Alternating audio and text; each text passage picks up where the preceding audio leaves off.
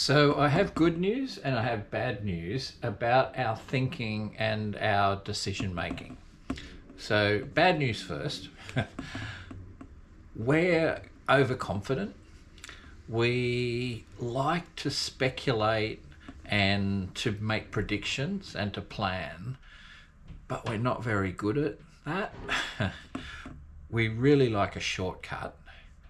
We are biased in many ways. In particular, we're biased towards a narrative. We prefer a plausible story to a more detailed and more accurate story. So we grasp at oversimplified explanations. We use them to form our beliefs, and once we have a belief, we protect it. We hold our beliefs very close, and we seek information that confirms our beliefs. We discard quickly information that challenges our beliefs. So what we do is we defend our beliefs rather than examine them. Then what we do, we like to join groups that have the same beliefs as us, because that allows us to hang out with people. We're much more comfortable hanging out with people who agree with us. So we tend to seek them out. So again, that helps us to maintain our beliefs and not have to examine them very closely. So the good news is there's heaps of room for improvement. It does hinge on accepting the fallibilities I just described. So welcome to Psychology for Sailors. My name's James Ellis. I'm a lifelong sailor in various forms. I'm a physiotherapist who halfway through my career started to be confused and frustrated about all the people I was interacting with, whether it be patients, patients' parents, corporate clients, doctors, other physios. I just had this sense that everybody except me had flawed thinking. So in order to scratch that itch, I went back to school and I studied psychology, and I studied social psychology, which is really all about how different groups play together. I studied under an academic by the name of Rob Long in Canberra, and I studied with a cohort of students who were mostly in the workplace health and safety space, a space that is rife for flawed thinking.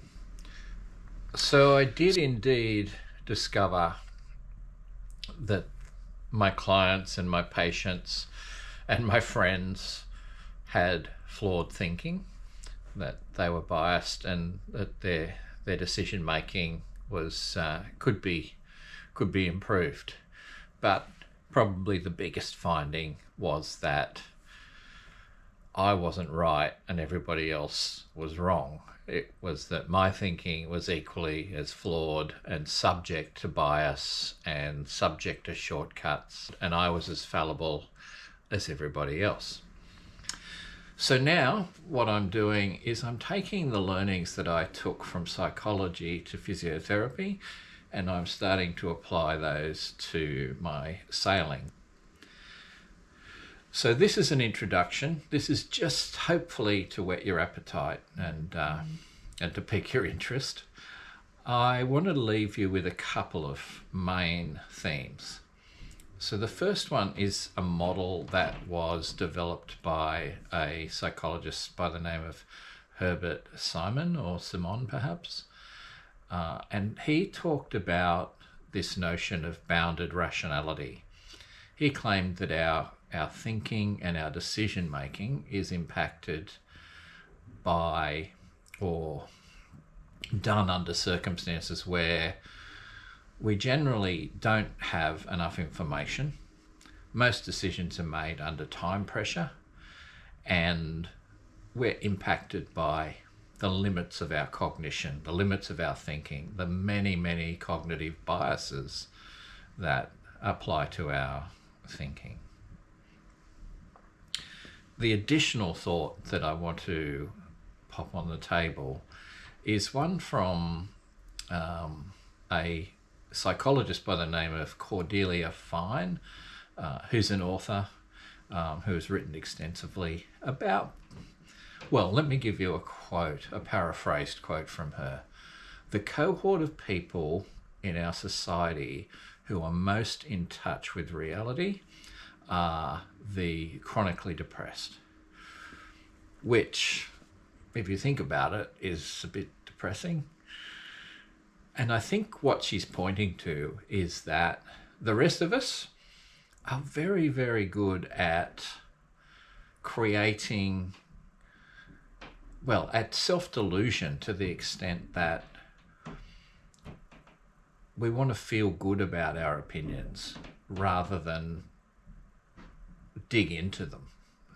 So we do tend to self-delude. So if all of that is a little challenging or a little confronting, welcome to the world of psychology. I'm hoping to apply a lot of this to sailing and give you some really specific examples. So I hope this has whet your appetite enough to move on to the next video. So welcome and thanks for listening.